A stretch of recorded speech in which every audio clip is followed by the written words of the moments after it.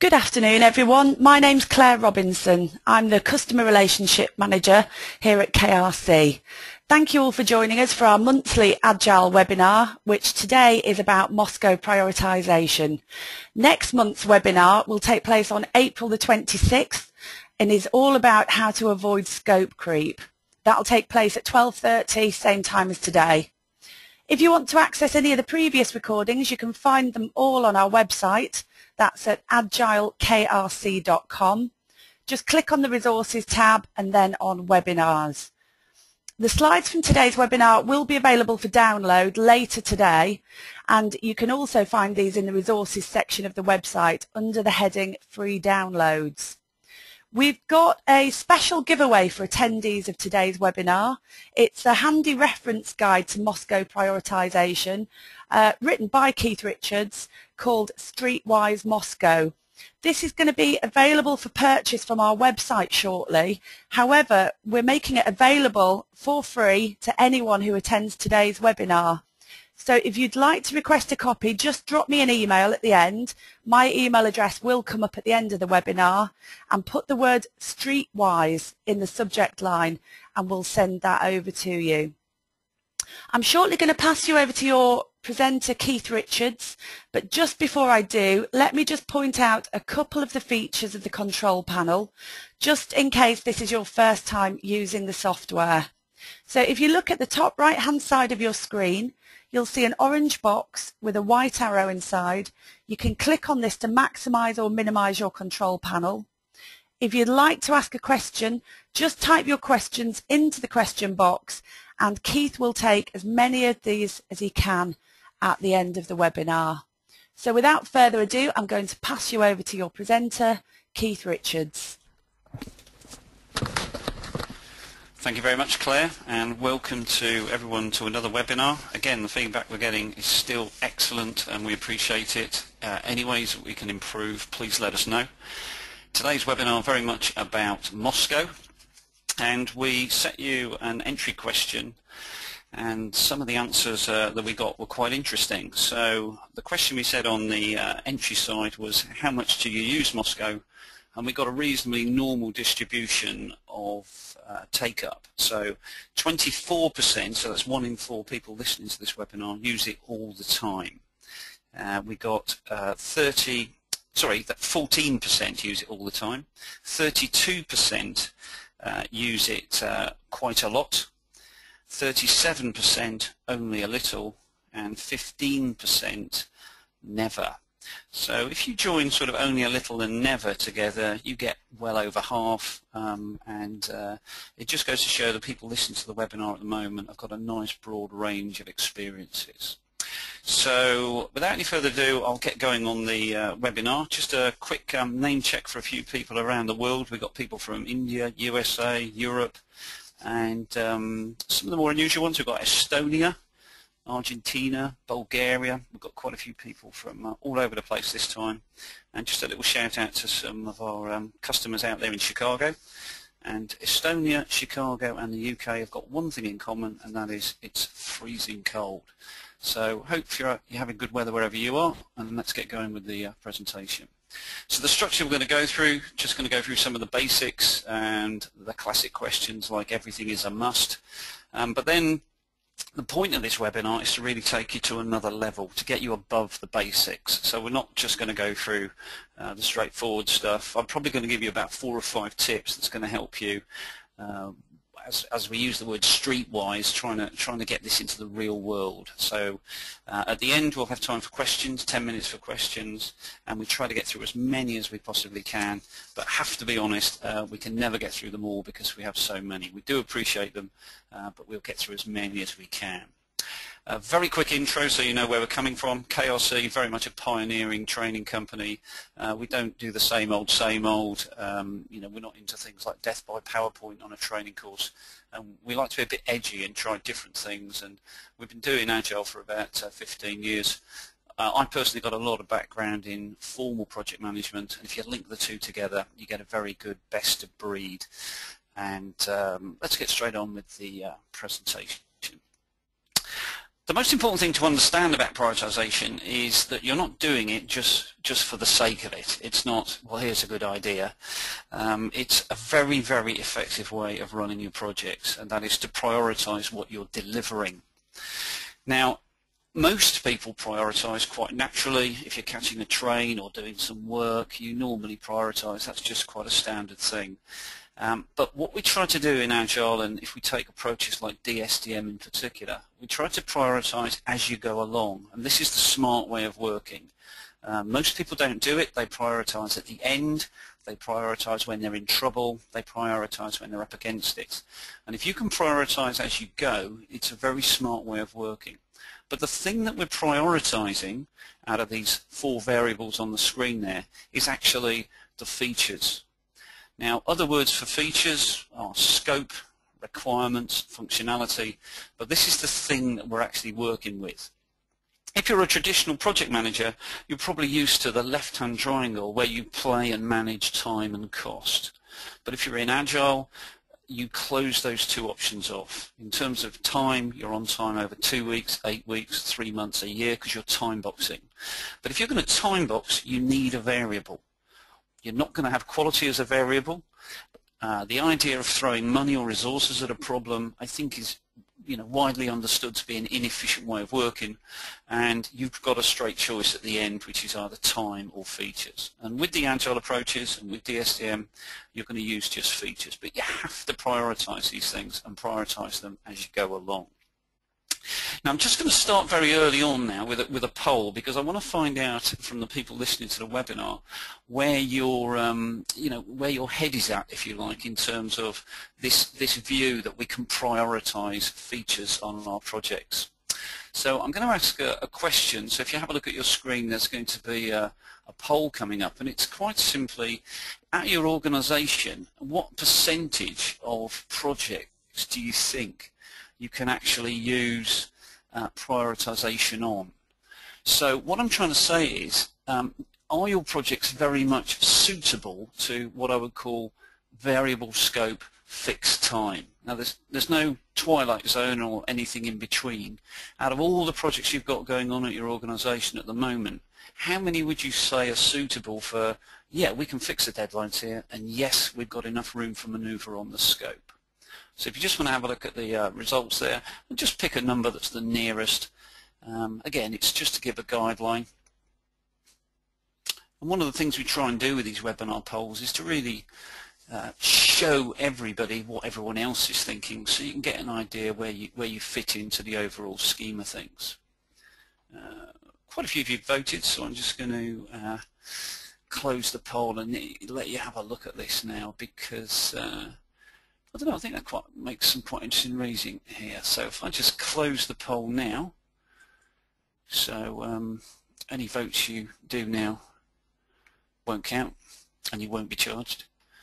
So if I share the result there and pop that up on the screen, you can see there's some quite interesting reading. The first one, and this is where I want to challenge people's thinking on the webinar, is that there's a very low score for 100%, as in there's only 8% of the people on the webinar say that they can use this all the time. Now, funnily enough, if I got those people in a room and said, you're quite a minority, I guess a lot of them would say it's actually a mindset, and they'd be surprised that other people can't use it all the time. So we've got a nice sort of clustering in the middle there, sort of about a third say they can use it, 3/4 of the time. And if we add up, half the time, add up those figures, we're getting well into sort of 2/3 that you can actually use variable scope. Now, again, the challenge I would give you all is to say that you'd be really surprised how often you can use this. Now, at KRC, we've worked in sort of nuclear, we've worked in regulatory, we've worked in every situation, doesn't matter, it's engineering, where people say, no, this is just not an option. But when you challenge it, you can find out that I'd say 9 times out of 10 it is. So the first thing I'd like you all to do is really think, is it really a fixed scope situation? Now, I know it's 1% say 0, which is quite interesting, and also you've got to put it into your own context, your own organisational context, and it might be it varies between organisation and organisation. So just remember those figures coming through will be a little bit organisation specific, but as I say, absolutely, it's what I see firsthand. I don't think people believe or realise how much they can actually prioritise by going after the features. Well, thank you very much for those sort of things. What I just want to show you now is what I call prioritization in context, because MoSCow is an incredibly powerful tool, and when we sort of train people up and show people what it can do, people I think are quite surprised and pleasantly surprised. But the first thing we've got to realize is where it all sort of fits. So, in terms of the product environment, what we have is a situation where you might have an existing product. You have an existing product and a backlog. So this backlog is, if you like, a to-do list of things that you want to put into your existing product.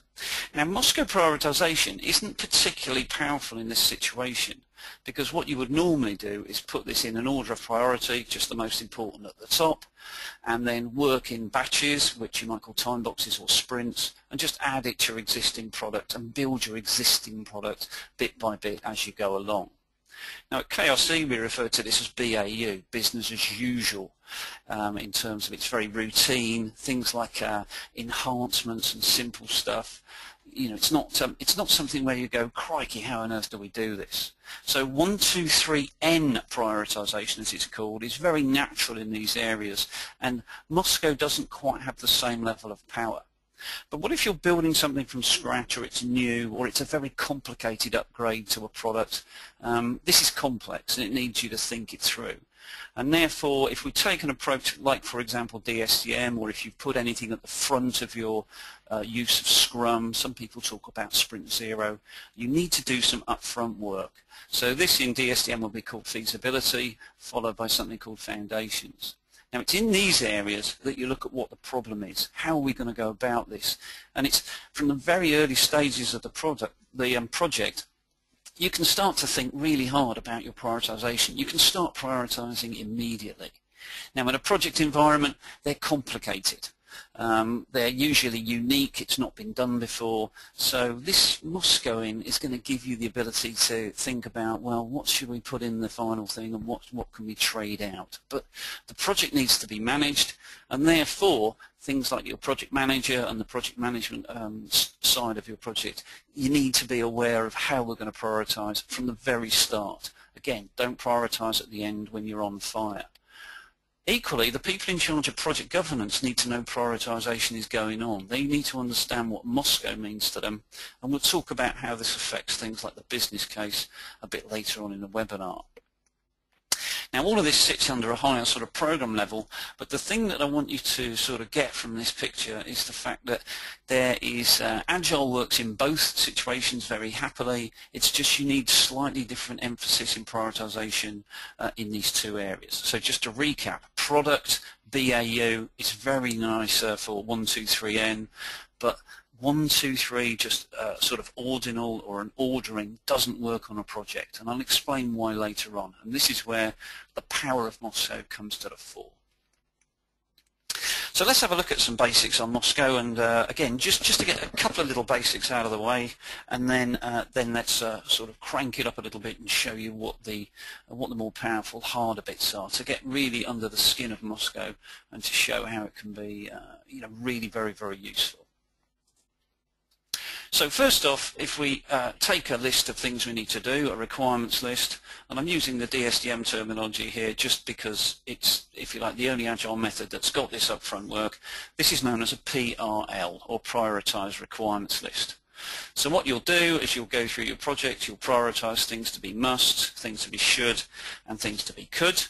And what you do as you go along on the project is you drop things out from the bottom of the list, the lower priority stuff, and you're doing this though for a very important reason, which a lot of people don't remember. They might have remembered at the beginning, but they don't remember going through.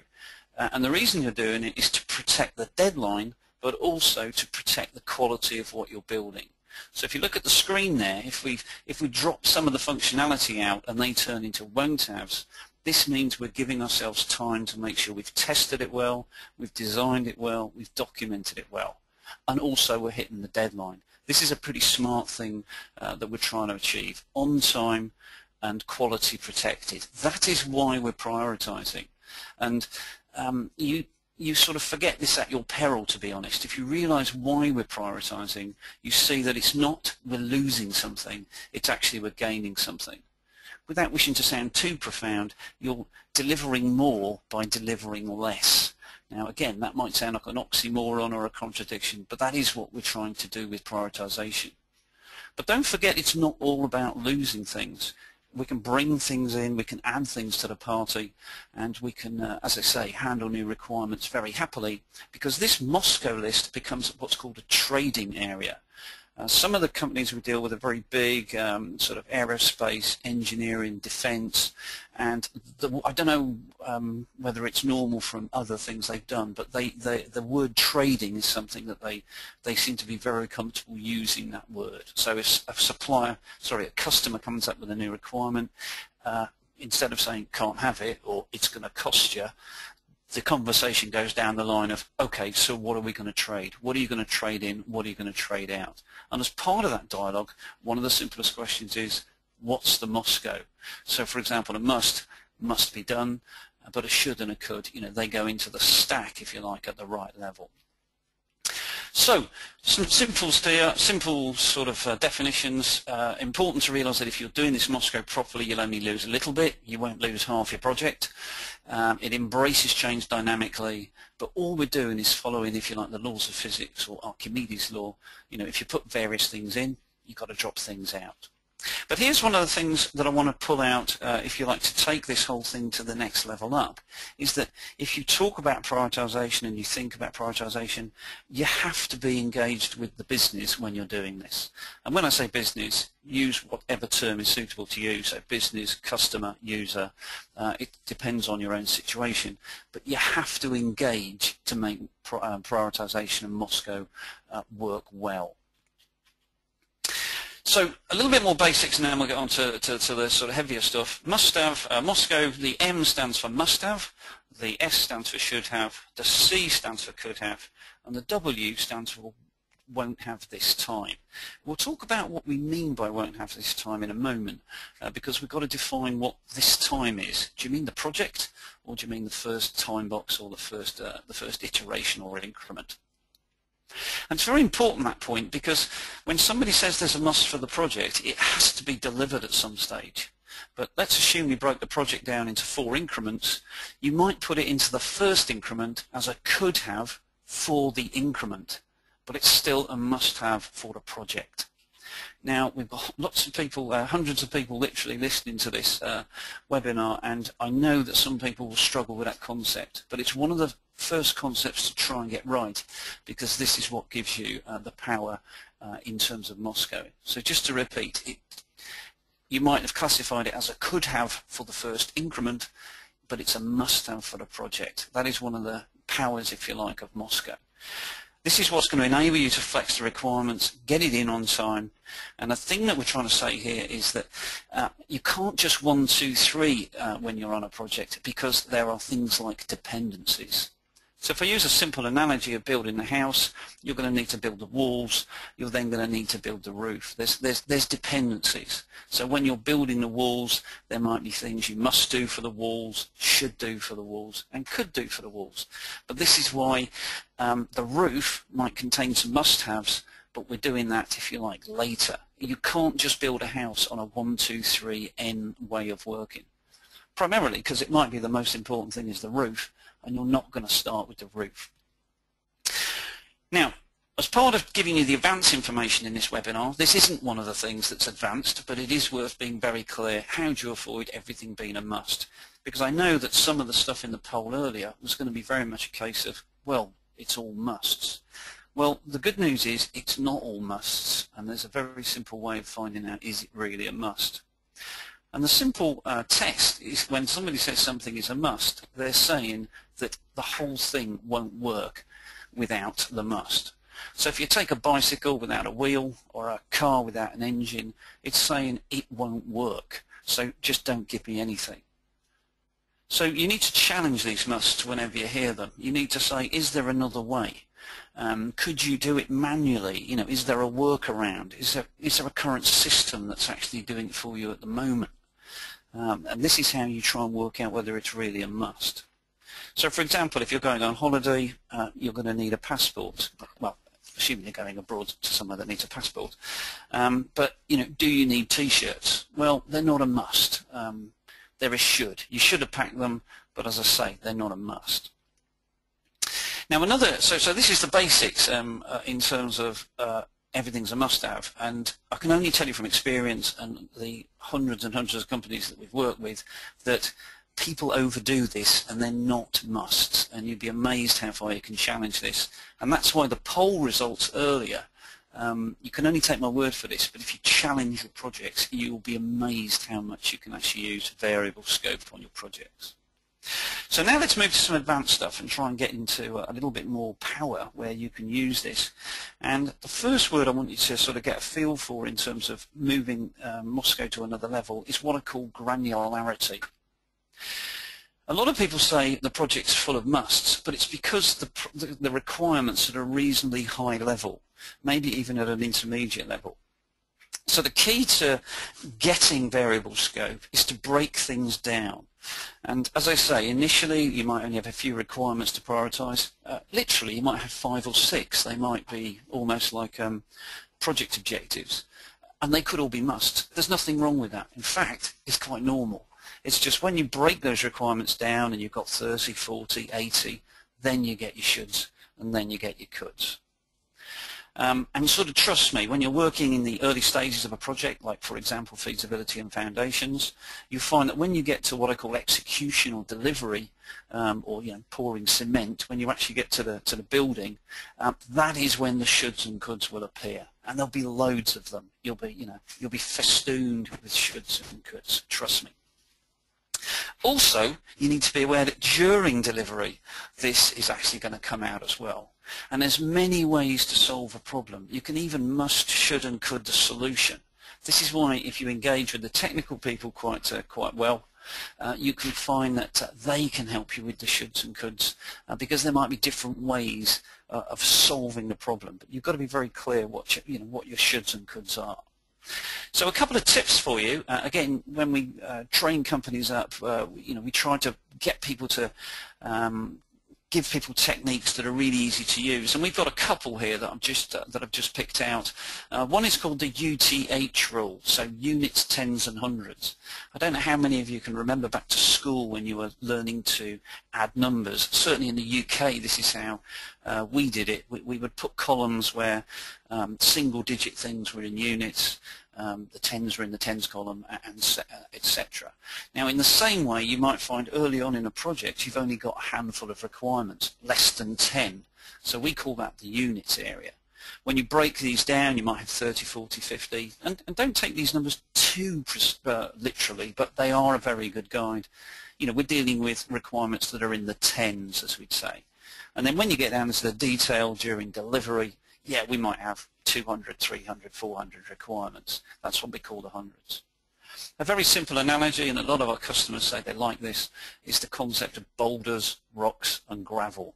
I'm not sure how many languages around the world that translates into easily, but boulders are great big requirements that need to be broken down into rocks, and then when you get into delivery, break the rocks down into gravel. And it's your rocks and gravel that you'll find very easy to MoSCow. So what's MoSCow like in the real world? Well, the real world, and this is some big learning points coming on this slide. The first one is that requirements rarely exist in isolation. There's normally clusters, grouping, or dependencies. And this is why when you have things like, typical agile approaches like a backlog, it's very what's called decoupled, or they are in isolation, and you can prioritize them quite happily. 1, 2, 3, start with the most important at the top. But when you're working on a project, as I say, requirements, they're just not on their own. You don't say, I want a window. Normally the window relates to something, and you need to then work in a sort of more coordinated fashion. There's something called inheritance, which is another word that I want you to get a feel for when you're MoSCOing. So if we take the example on the screen there, I don't know if you can see the screen where there's a biro or a pen, and this is a standard what's called a BIC biro. And if you MoSCow this, the ink refill in the middle of the barrel is a must. You wouldn't be able to write without it. But you could actually write with just that and not the barrel, not the see-through plastic barrel of the pen. So the pen would be a should. But what about the top? So just have a think what you'd call the top if you're MoSCowing. And my guess is most of you are saying a could, and I would agree with that. So you could deliver just the must and the should, and it looks absolutely fine. And maybe run out of time and we can't deliver the top. But what I want you to do is look at what's in the top of the top. And what's in the top of the top is actually a hole. Now, I won't sort of get you to try and work out what it is. I'm going to tell you. It's actually to avoid a choking hazard, if you like, for small children. But the inheritance point I'm trying to get to is if you're delivering the top, which is a could have, it may contain a must have, which is that hole. Now, that doesn't mean to say you've got to deliver the must anyway. It just means if we're delivering the top, there might be must, shoulds and coulds within the top, which, excuse the double use of the word could, but it could be a could. So, as I say, inheritance is something to look at. It's quite powerful. Another important thing, which is why MoSCow in the real world is different to 1, 2, 3 prioritization, is normally on a project requirements hang around in groups, what I call functional groupings. So a simple analogy would be if we got the registration screen, if we take an IT example, we have a lot of requirements around registration. We then have, if you like, ordering and a lot of requirements around ordering. We then have payment and a lot of requirements around payment. And this is why groups of requirements hang around, and there's natural dependencies. Now, cutting to the chase here, and one of the most strangest things is this would lead us to potentially doing could-haves before musts. And a lot of people go a bit funny when you explain that, and they think, oh, this can't be true. And I deal with a lot of people from, if you like, the Scrum side of the Agile community who think, well, that's just crazy. But actually it's not. It actually enables you to deliver the registration function on time, the ordering function on time, the payment function on time, because you've got room for maneuver with shoulds and coulds. But because you're trying to work in such a way that the musts are really musts, you'll have a lot of room on the project to make sure that they all get done at some point. I'll explain how we do that when we get to what's called the 60-20-20 rule. Another thing to remember about just functional grouping and such like is dependencies, but also don't forget this word here called non-functional. You can prioritize these non-functional requirements, and there's just a natural sequence that things go in. So, as I say, one of the key words to remember about MoSCow in the real world is this word here called dependencies. That's why, if you like, going back to the analogy earlier of the boulders have dependencies, the rocks have dependencies. It's just when you get down to the gravel, that's when you actually get going in terms of the MoSCow. So therefore, 1, 2, 3N is too simplistic for most project situations. Important word here is the word most.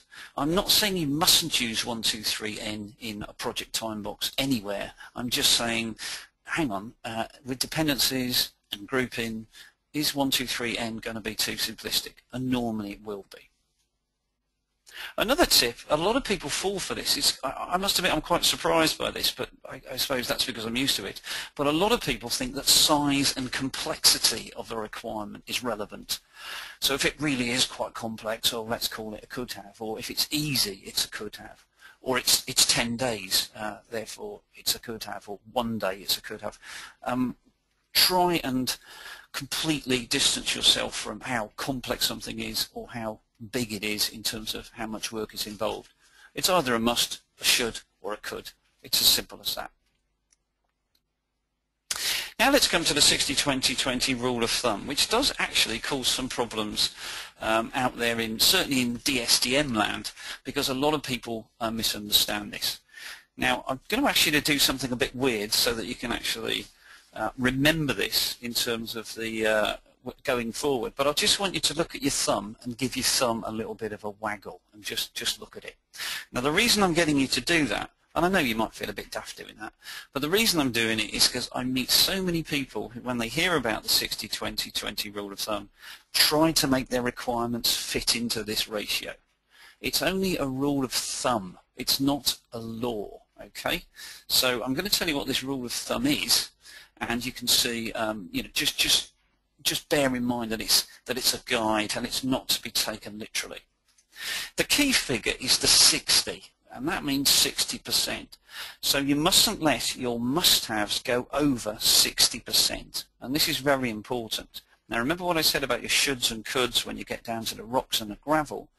This is where you'll have room for manoeuvre. And this allows you to deliver your musts at different times due to different dependencies. Again, very importantly, it relates to effort. Another question I get quite frequently is it the number of requirements? No, it's not. It's the effort that is entailed to deliver those requirements. So this is your first big figure, and it's the sort of 60% figure. Now, if you want to get advanced and a little bit smart and a bit clever, you can relate these requirements to the business case. So your must-haves relate to, in effect, what's called your worst-case scenario. If you only deliver the musts, it will work, but it is the worst-case scenario. If you deliver the musts and the shoulds, that's known as the expected scenario, the expected case. And if you deliver your must, shoulds and coulds, that's known as the best case scenario. So it gives a bit of flexibility there in the business case, which is actually quite powerful. But equally, I do have to say that some people look at this flexibility and go, oh, I don't like flexibility. I want to know exactly what I'm getting. So my advice to everyone is keep it really simple. Just use MoSCow straight out of the tin, where a must is a must, a should is a should, and a could is a could. If you want to relate to the business case, feel free, but don't overcomplicate your situation. Don't bring in complication, you know, where it's not going to help. As I say, it's slightly more advanced. A way of remembering what the musts are is, if you look at the wording there, it's known as the minimum usable subset. So you see that it's got the word must in there, you've got an M followed by a U, subset starts with an S and ends with a T. So a simple way of remembering minimum usable subset. But the important thing about this is it is guaranteed. It doesn't matter whether it's internal in your own organization or in a customer-supplier relationship, but you're guaranteeing that this will be delivered. A couple of other words that get used that are similar, although they do come slightly from the product space, is the idea of minimum viable product or minimum marketable feature set. Some of you may have seen those things. But my advice to you, and this is where what I find normal, if you've got a breakdown that's sort of kind of 60-20-20, you know, that's fine. But if the breakdown is 50-30-20, don't go and change it. If it's 60-30-10, don't go and change it. That's why, and I apologize, I may give, you know, waggle your thumb, because, as I say, it's one of the most popular questions we get. I'm struggling to get my numbers, my requirements to fit the 60-20-20. It's only a guide. As an idea of what I would call a good project, or even an excellent project, is you've delivered the musts, the shoulds, and maybe you've got halfway through the coulds. So we've delivered maybe 90% of what was asked for, but this is a really important part of MoSCow, is don't think that you've got 10% missing. What you've actually done is delivered 90% of what was asked for, you've delivered it on time, you've delivered it to the right quality, well tested, well documented, well designed, and you've handled change dynamically as you go. Now this is a very, very attractive proposition to the customer or to your internal business units. Having said that, if they don't get it, as in they do see 10% missing and they want to go fix spec and fix scope, okay, so be it. But don't use MoSCow. You're going to, because in effect everything then becomes a must-have. Right, I think we've got time for a quick poll, so I'm going to do poll number 2, and if I just get the thing up on the screen for you now, because what I want to do is ask you a question about, if you think about your projects you're working on and what you've delivered, you've got all these features out into the live environment and your customers are happy, how much of the things that you deliver actually get used? So just for the sake of arguing, you've delivered a system with 100 functions in it. how much of those features get used from your experience? And don't be theoretical, just think about the real situation that you have at the moment at your organization. Think about your last couple of projects. Think about some of the heuristics that are coming back on how things went and how things didn't go. How much of systems that you deliver or products you deliver, in your opinion, actually get used? So have a little look at that question and fire away with some of your voting.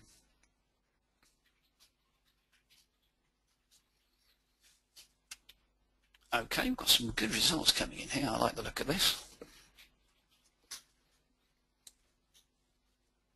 Well, I think you're all quite quick on the voting today, so I'm going to close and then display the poll. So this is now going to come up on your screen very shortly, and I think this is quite interesting. 23% of you have said that maybe less than 10% doesn't get used, and that is a very, very good figure. So admittedly it's only 1 in 4 on the webinar, but if you have a look at the 2 figures below, that is, if you like, the learning point I'm trying to bring across in this particular poll and this particular session. Because 40% of you are saying that you know, up to maybe 1/10 or 1/5 of what you delivered hasn't been used. But amazingly, over 37%, you know, feel that more than 1/5 of what they deliver either doesn't get used or rarely gets used. Now, the learning point I'm trying to bring across here is that when we're prioritizing and when we're going must, should, could, and when people are saying, oh, I've got to have this, I've got to have that, what is the reality of the situation out there in the real world? Because the reality is a few things don't actually get used. Now, these figures are quite tame considering some of the research that's going on at the moment that even has figures as high as 50% of systems are rarely used or not used. Now, this is known as bloat, and also another concept called YAGNI, meaning you ain't going to need it. Now, the point about this poll is that it's saying, well, what's the safest thing to play around with on a project? Is it worth playing around with the deadline, the quality, the money, or actually, because we don't tend to use everything we delivered, would it be better to actually vary the scope and use MoSCow to do that? So this is why I'm trying to bring this point to the front, because this is the real world. We don't use everything, despite people saying, oh, I must have that, I've got to have that.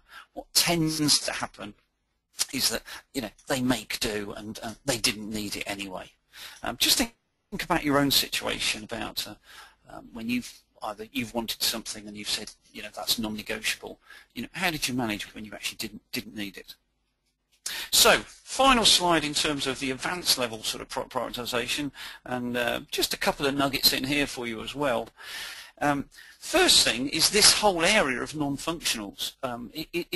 It's often ignored, and I don't think people realize there's a lot of rich pickings by actually MoSCowing the non-functional side of a project. And by that I mean things like performance, availability, scalability, a lot of things ending in ility, to be honest. But we're not talking about the function itself, we're talking about how the function is done. Did some work for the MOD a while ago, and they were prioritizing some equipment that was being used, some radio equipment that was being used in battle situations, and they MoSCowed it that it must operate at 0 degrees, should operate at -10, and could operate at -20. So this is not a function, this is a non-functional requirement, and certainly my experience of this has been, you know, there's lots of things you can do from a non-functional point of view. As I said earlier, get to know the bloat and the YAGNI side of things. So what's called feature bloat, we ask for more than we really need. This is where your MoSCow just comes in. This is why, by the way, if we do lose half of our could-haves, what's the big deal? You know, it's absolutely, it's probably going to be quite fine. And YAGNI stands for you ain't going to need it. Another important thing about MoSCow is it just addresses head-on the fact that change is going to happen. We don't really want a heavyweight change control getting in the way of just understanding the detail. Now, that's not to be confused with scope creep, which is when we've misunderstood what the project's about, but if it's detailed requirements, change is going to happen, so just get on and deal with it. And MoSCow can do this quite dynamically, but remember, you've got to have business engagement. So the final thing I'd say now on advanced prioritization is just this: don't get hung up on is it a should or is it a could. I've seen many people argue for a long period of time going, is it a should, is it, I don't know. Well, just call it a should-could. Okay, you won't find it in the manual, but at KRC we try to be streetwise with the training and our sort of coaching, and a should-could is fine. Having said a should-could is fine, a must-should isn't. So if you're borderline must or should, there is no compromise. It's either a must or it's a should. Okay, I'm going to hand back to Claire now, and Claire's just going to go through some information, and I'm going to then start looking at the questions coming in, and we'll try to get through as many as I can. So Claire, are you okay to come back? Yeah, hi Keith. So yeah, just to let you know that the next webinar is on April the 26th, same time as today, 12:30, and as I mentioned earlier, that's going to be how to avoid scope creep. Just a few points about KRC again there. KRC help organisations with your transition to Agile. We've also got a wide variety of training and support services, including things like a maturity assessment or project health check. The next two public courses will both take place in London. There's the APMG accredited Agile Project Management course. That's going to take place on April the 15th. And the next certified Scrum Master course is going to take place on April the 13th. That's a weekend course, but we do have courses during the week as well. As I mentioned earlier, you can find free downloads on our website, which is agileKRC.com. The slides from today's webinar will be available later on this afternoon. A couple of social media points here. You can join our DSDM group on LinkedIn, and you can also follow us on Twitter at agileKRC. Now, we're going to take some questions in a moment, but our email addresses will come up at the end. As I mentioned earlier, Keith has produced a handy pocket guide for MoSCow prioritization called Streetwise MoSCow. It is going to be free of charge to anybody who requests it following today's webinar. So just send me an email at the end and just put the word Streetwise into your subject line and I will get that over to you. So we've got quite a few questions to get through, so I'm going to pass you back to Keith now, and we'll take as many as we can. Thank you very much, Claire, and thank you everybody for sending in all these questions. As I say, we get so many that I'll just try and get through as many as I can, and I'll sort of time box this to 10 minutes and we'll go from there. So again, thanks again for the things coming in. So I'll just take them as quickly as I can. A question from Alex. It says, in terms of dropping shoulds out of the PRL, do they become coulds or are they dropped completely? Well, the short answer is if you drop a should out of the PRL, then it's gone. Ideally, though, we wouldn't really want to be dropping shoulds before coulds. The only difference would be if we've got some dependencies and we've dropped a should from, if you like, the registration function, but it might affect things further down the line. So when you're de-scoping and dropping things out, you aim for the things at the bottom of the list. So it's the coulds, and the coulds. When you start dropping shoulds, it becomes a little bit more, we're dropping a lot more than we really wanted to. The reason it's called a should is it should be delivered. The could haves are definitely the bells and whistles and the nice to haves. So if we start dropping shoulds on a project, you know, it's not ideal. But the important thing is the thing will still work and we can go live on the deadline and we can protect quality. So you don't change a should to a could in order to drop it out, you just drop the thing out. One thing that happens in the real world, though, is priorities change. You might find as you understand more about the project, a should changes to a could because it's then seen as a lower priority. I've got a question from David, and it says, from my business, if you have extra capacity, why on earth would you work on a could have when you could be working on a must? And does this lead to everything being a must? Now, it's a completely fair question, David, and I get it a lot from the Agile community. But if you've got a 60-20-20 breakdown across the whole project, it means you don't need to do all the musts first. In fact, and this is very much counterintuitive, you often end up trying to do musts later on in the project so that you can ensure early delivery of, as I say, something like the registration function or the walls, because there's natural dependencies on a project. Now, don't get me wrong, if we've done a bit of a could and a should and we overrun the project and we end up not doing a must, that would be a disaster. But that just means there's something gone pretty seriously wrong with the planning. So why do you work on a could before a must? It's to deliver early parts of the project at a time that everybody knows when it's going to arrive. Another question I got from Richard is saying, when working with MoSCow, you form a team and relationship with the business to prioritise what they need, which is correct. Once the project is over, how do you break that relationship?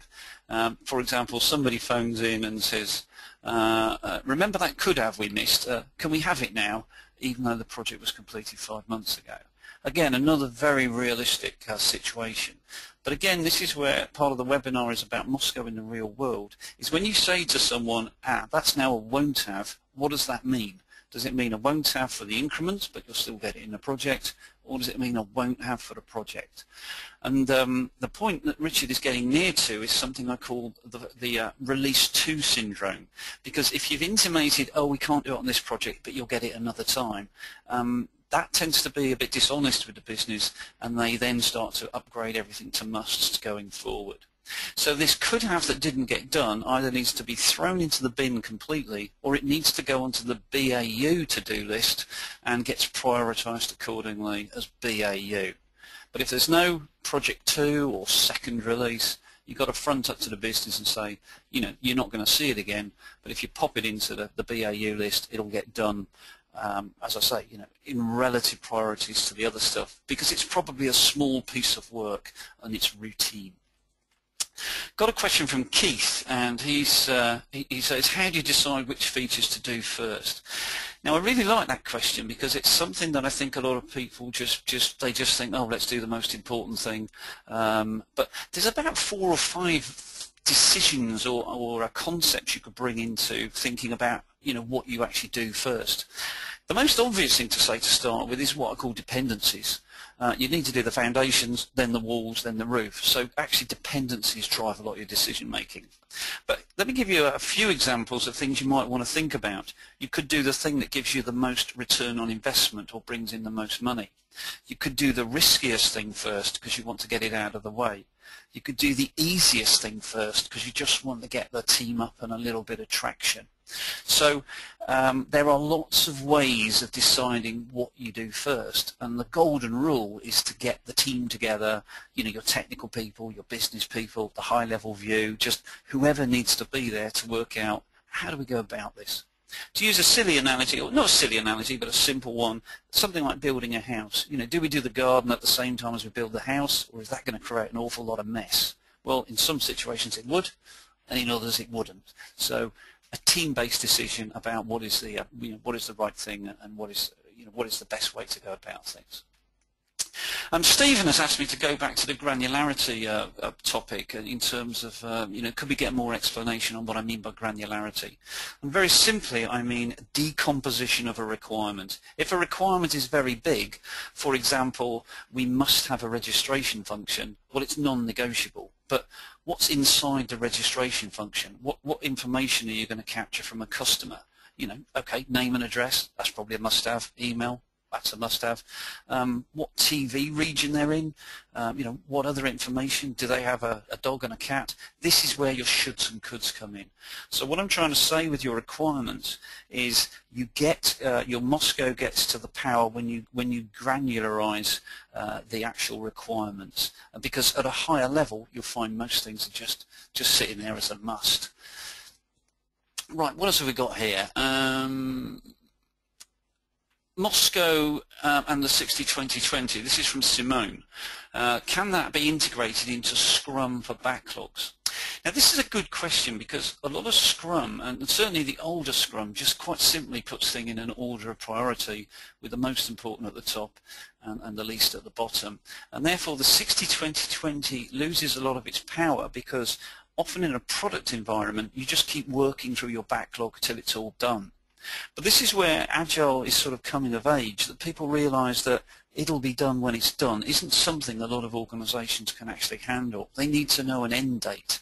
If you're delivering something, say, for the Olympics that have just gone, you can't sort of say, well, you know, we're working on the most important things and it will be done when it's done. So you could break down a backlog into 60-20-20 quite happily, or try and see how near you are to that rule of thumb. But the big thing you're looking for with MoSCow is an end date. If it's a 2-week time box or a 12-month project, MoSCow only works to a date. Now, I didn't actually say that in the presentation, but it is a very big pointer that MoSCow relates to some form of deadline.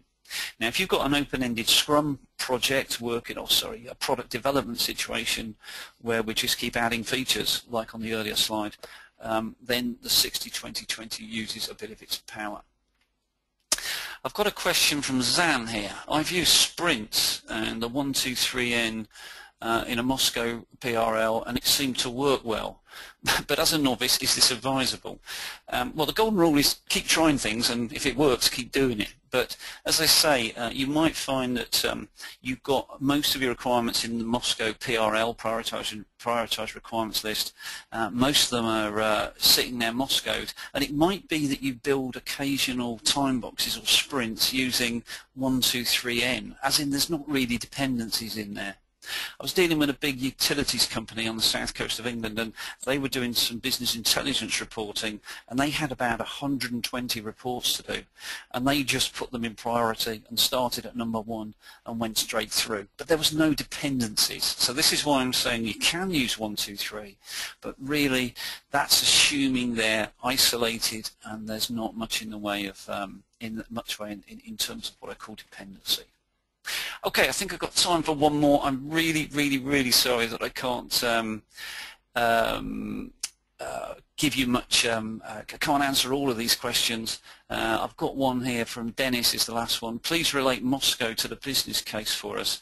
And again, it's if you want to use this system, my first advice is just come up with a business case and come up with a MoSCow prioritized list.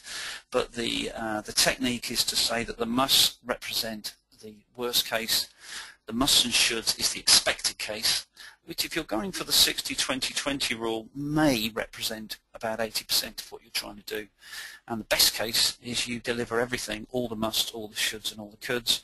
But that will happen only if you've got your estimates bang on. So you say this is a 12-month project and you've called it absolutely right.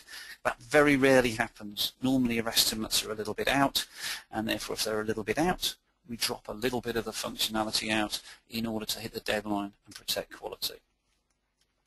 Okay, I'm just going to end with showing you the final slide really with our emails on. Claire mentioned we will give you that free Streetwise guide if you just pop an email to crobinson@agileKRC.com. It'd be really good if you could put Streetwise in the title there just to make it easier for us to process. I've really enjoyed the webinar. Thank you very much for the questions. I'm very sorry we couldn't do all of them, and this has been our highest turnout ever for a webinar, so thank you very much. Hope you enjoy the rest of your day, those that have got some day rest to enjoy. And this is Keith Richards saying thank you very much and goodbye.